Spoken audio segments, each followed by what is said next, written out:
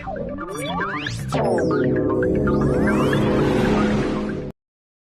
स्वागत आमर चैनल ओडिया कहानी को। पूर्व पार्ट रे आम हल्दीघाट युद्ध संपर्क में किसी जानी यही पार्ट रे आम हल्दीघाट युद्ध संपूर्ण और सम्राटर फकीर संपर्क में जानिबा। तो पूर्व भिडियोटी देखिथिबार आपण समस्त धन्यवाद। यह हूँ पार्ट 5।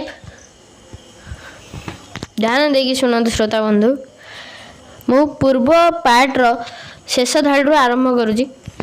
एणे राणा प्रताप पलाई जाउथिबार दुई जण मोगल सैन्य देखि पारले। सेमाने तांको मारी देवा पई अनुसरण कले। प्रताप को भाई शक्ति सिंह मध्य यह जानी पारले। से भाबिले तांकर आखि आगे तांकर देशभक्त भाई को मोगल सेना मारिबे ना, यह होई पारे ना। तांको अंतर रे देशभक्ति भाव उछुड़ी उठला। से संगे संगे तरवारी बाहर करी से मुसलमान सैन्य दुई जन को हत्या करदेले। तापर राणा प्रताप को बड़ पाटरे डाकी कहले, भाई रुह, मो कथा शुण। प्रताप मुह फेराई देखिले पछरे तांकर भाई शक्ति सिंह। से भाबिले शक्ति सिंह बोधवे अपमान प्रतिशोध नेबाकू आसुछि। तेणु राजा कहले, बेस शक्ति सिंह, तुमे मध्य आस, मो सांगे लड़ाई करी अपमान प्रतिशोध नियो। किंतु शक्ति सिंह धाई जाई प्रताप का पाद तले लोटी पड़ले। तांको गोड़ धरी कई कई होई कांदिले। राणा शक्ति सिंह ठारू सबु शुणी तांको छाती को टाणी नेले।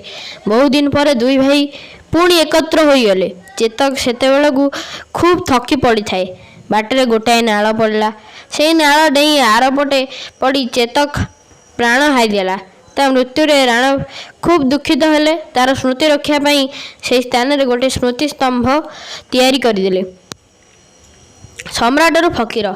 हल्दीघाट युद्ध पर महाराणा प्रताप कमलमीर दुर्ग को चली आसिले। सेतेबेले तांको पाखरे सैन्य बल कि अर्थ बल किछि नथिला। से राजा होई मध्य भिकारी होई जाइथिले। एथि पई कथारे अछि आज जे राजेंद्र साने काली से फकीर। अकबर यही भली एक समय को अपेक्षा करथिले। से तत्क्षणात एक विशाल सैन्य बाहिनी सांगरे नहीं शाहबाद खां को पठाइले। शाहबाद खां कमलमीर दुर्गरु सैन्य बाहिनी द्वारा घेराव करनेले। प्रताप वीरत्व सह मोगल सेनार मुकाबिला कले। किंतु एतिक बेले दुर्ग भितर थिबा सबु कूह गुड़िकर पानी सुखी जाइथिला। केवल गोटे कूअरे पानी थिला। तहिरे राणा प्रताप को शत्रु आबुर राजा विष मिशाई देले। राणा प्रताप अन्य उपाय न देखी से दुर्ग छाड़ी पहाड़ को चलीगले। सेठाकार भील माने तांको साहाय्य कले। मोगल गुप्तचर माने चारिआडे बिछाई होई रहिथिले। से माने खूब शीघ्र प्रताप को रहिबा जगह ठाब करदेले। प्रताप बाध्य होई सेठार घन जंगल को पलाई गले।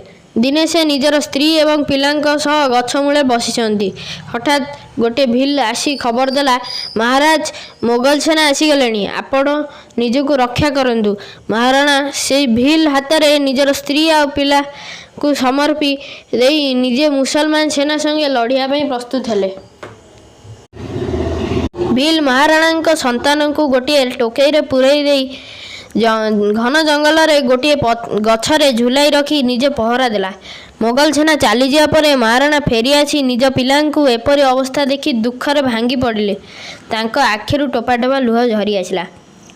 धन्यवाद आमर पार्ट 5 शुणिथिबारु। पार्ट 6 होची संधि पई विचार एवं भामा साहांक साहाय्य।